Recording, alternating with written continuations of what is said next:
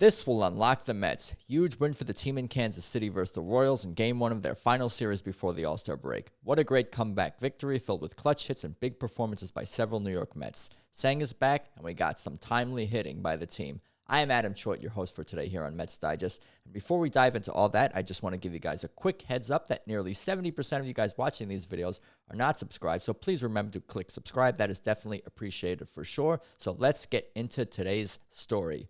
How about that? The Mets won a game. What a nice win. What a great road win. After I blasted them for having a terrible road record and being a bad road team, they come out tonight after a 1.5-hour rain delay and defeat the Kansas City Royals 8-3. There you go. There's the team celebrating it on X. 8-3 victory in Kansas City.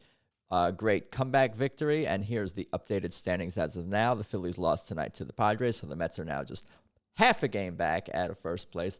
That is definitely great to see. They have a couple of games to go, so there's still time to get back into first place before the All-Star game approaches and the All-Star break approaches. The Mets right now, 13 games over 500, right in the thick of things in the NL East and the National League.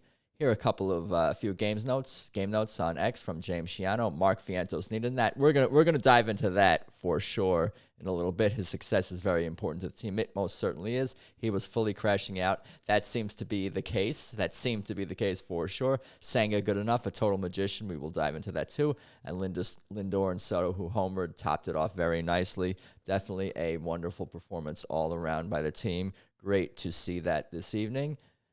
It didn't look like he missed a beat out there. That's Carlos Mendoza talking about what he saw out of Kodai Senga today. And let's dive a little bit deeper into Senga's performance because it was pretty noteworthy, even though it was only 4 innings. This is per David Melendi of MetsMerizedOnline.com. Bit of a summary of tonight's Senga's performance. The game marked the return of Kodai Senga, who used excellent pitching, quick reflexes, and a little bit of luck to escape jam after jam after jam. Senga returning from a strained right hamstring that he suffered covering first base on June 12th, threw 4 scoreless innings and gave up 4 hits and walked 2 and struck out 4.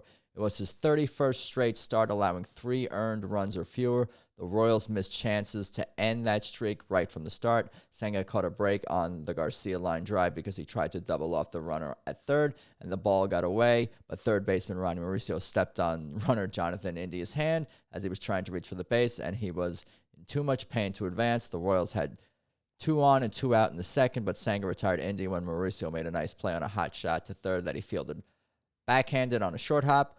With 2 on and 2 out in the third, Senga threw 4 consecutive forks to rookie Jack Caglione, and he chased the last one for strike 3. So that pretty much covers it. Covers the story of Senga tonight. Just jam after jam. Only pitched 4 innings, but he was a magician, and he's got that plus ghost fork. It is the most dominant pitch in the league. And I would say so, and it proved to be the case tonight. He throwing 4 to Jack Caglione was pretty amusing and entertaining to see that. It's just an unhittable pitch. To the hitters, it must look like a fastball coming out of his hand. It's straight, and then it just drops totally out of the zone. It's almost, like I said, it's almost amusing and comical to watch guys try to hit that pitch who've never seen it before. It's impossible. It's just an impossible pitch to hit, and that's why Senga is an elite pitcher, and he has that strikeout pitch where he's able to get into jam after jam after jam as written about in that piece, that recap, and he's able to get out of it because he's just got that great strikeout pitch and he can rely on it. What an epic, but a legendary. It's on its way to be legendary. It's just a powerful, super important pitch, and the ghost fork, we all love to see it, and we love to see him command that pitch. And I think Senga's only going to get better and better, if that's even possible, as he moves forward this season. Let's dive into the box score. I believe I had that ready to go from tonight. Let's take a look here, and not too much from the Mets offense, other than the homers and the big Vientos hit, which we will get into, the game-winning bases clearing double that gave the Mets the lead for good, 4-3. But Lindor homered, Soto homered. That was back-to-back late insurance runs. Hitting a couple of walks from Nimmo. That's good to see. Other than that, not too much notable in the lineup. Tyrone Taylor had a hit. How about that? That's something. That's something. We like to see that. But Vientos was really the big star of the game. That's what everyone's going to be talking about, is his big bases clearing double, and he needed that more than anything. So let's dive into some Vientos content right here. Here is from Mike Puma of the New York Post. Mark Vientos went from breaking a bat in disgust to conquering hero in a span of 2 plate appearances Friday night. It was Vientos raising his hand in celebration at second base in the 8th inning after his 3-run double provided fuel for the Mets in their 8-3 comeback victory over the Royals at Kauffman Stadium. Vientos figures to receive most of the DH at-bats with Starling Marte and Jesse Winker on the injured list. He began the night with a .617 OPS, hardly a number the Mets would have expected after his emergence last season. 5 innings before his go-ahead double, Vientos struck out on 3 pitches to leave the bases loaded. Frustrated, he slammed his bat, breaking it at the handle. That's something. One second he's breaking his bat, and the next second he's celebrating the game-winning hit. Alonso actually broke his bat over his knee in the game also. So I don't know the last time. Maybe Elias, maybe Sarah Langs could dig it up. When was the last time Mets broke 2 bats in frustration and anger during a game and won that game? Let's do it. Let's do a deep dive in that. But for real, great to see Vientos, snapping out of it. He snapped out of it. Here's a quote from Vientos talking to Steve Gelbs after the game. I don't care how bad I'm feeling at the plate. I want to be up in that situation every single time.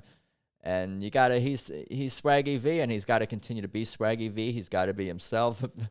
They were commenting on the broadcast that tonight's probably going to be the first time he's slept well in over a month, maybe the whole season, but definitely great to see Vientos doing his thing out there. There's the smile. I figured I'd screen cap that and share that with you guys, because that smile could be the key to unlocking the Mets really having a complete lineup from top to bottom for the second half. He's going to be a huge piece for the team. Vientos is positioned to fuel the Mets' playoff charge with his big-time bat. For the 2024 Vientos, that the Mets have been desperately hoping that they can find and rediscover. But yeah, that smile is worth $1 million right there. It was huge for us. It was huge for him too. Carlos Mendoza talking about Vientos' go-ahead 3-run double in the 8th inning. Just great to see that.